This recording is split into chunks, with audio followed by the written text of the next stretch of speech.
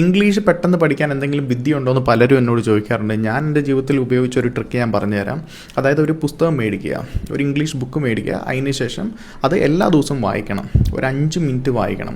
അപ്പോൾ പുസ്തകം എന്ന് പറയുമ്പോഴത്തേക്ക് വലിയ സാഹിത്യം കലർന്ന പുസ്തകമൊന്നും വേണ്ട, നമുക്ക് എന്തെങ്കിലും സെൽഫ് ഹെൽപ്പ് ബുക്കോ അല്ലെങ്കിൽ ചെറിയ നോവലോ അങ്ങനെ എന്തെങ്കിലുമൊക്കെ മതി. അതായത് സാധാ ഇംഗ്ലീഷുള്ള ഒരു ബുക്ക് മേടിക്കുക, എന്നിട്ട് 5 മിനിറ്റ് വായിക്കുക. വായിക്കുമ്പോൾ ഒരു കാര്യം ചെയ്യണം, മനസ്സിൽ വായിക്കല്, നമ്മൾ ഒച്ചയിൽ വായിക്കണം. അതായത് നമ്മുടെ ശബ്ദം നമുക്ക് കേൾക്കാൻ പറ്റുന്ന രീതിയിൽ നമ്മൾ വായിക്കണം. എന്നാലേ ഉള്ളൂ നമുക്ക് അത് ഗുണം ചെയ്തുള്ളൂ. കാരണം അങ്ങനെ വായിക്കുമ്പോൾ നമ്മുടെ നാക്ക്, ചുണ്ട്, വായ ഈ മസിൽസൊക്കെ ഭയങ്കരമായിട്ട് ഫ്ലെക്സിബിളാവും. അതായത് നല്ല തഴക്കവും വഴക്കവും വരും.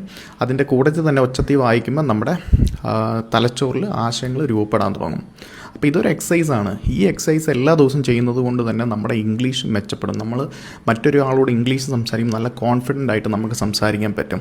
കോൺഫിഡൻസ് വേണം നമുക്ക് എന്ത് കാര്യം ചെയ്യുന്നില്ല, പ്രത്യേകിച്ച് ഭാഷയാകുമ്പോഴത്തേക്ക് കോൺഫിഡൻസ് കുറച്ച് കൂടുതൽ വേണം.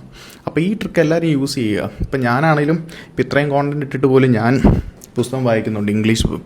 ഇപ്പോൾ ഈ 2 പുസ്തകമാണ് ഞാനിപ്പോൾ വായിച്ചുകൊണ്ടിരിക്കുന്നത്. അപ്പോൾ ഇംഗ്ലീഷ് ബുക്സ് എന്നല്ല, നമ്മൾ മലയാളമാണേലും ഇംഗ്ലീഷ് ആണേലും ഏത് പുസ്തകമാണെങ്കിലും നമ്മൾ വായിക്കുന്നത് എന്തുകൊണ്ടും നല്ലതാണ്. നമ്മൾ ലൈഫിൽ എപ്പോഴും വായിച്ചുകൊണ്ടേ ഇരിക്കണം.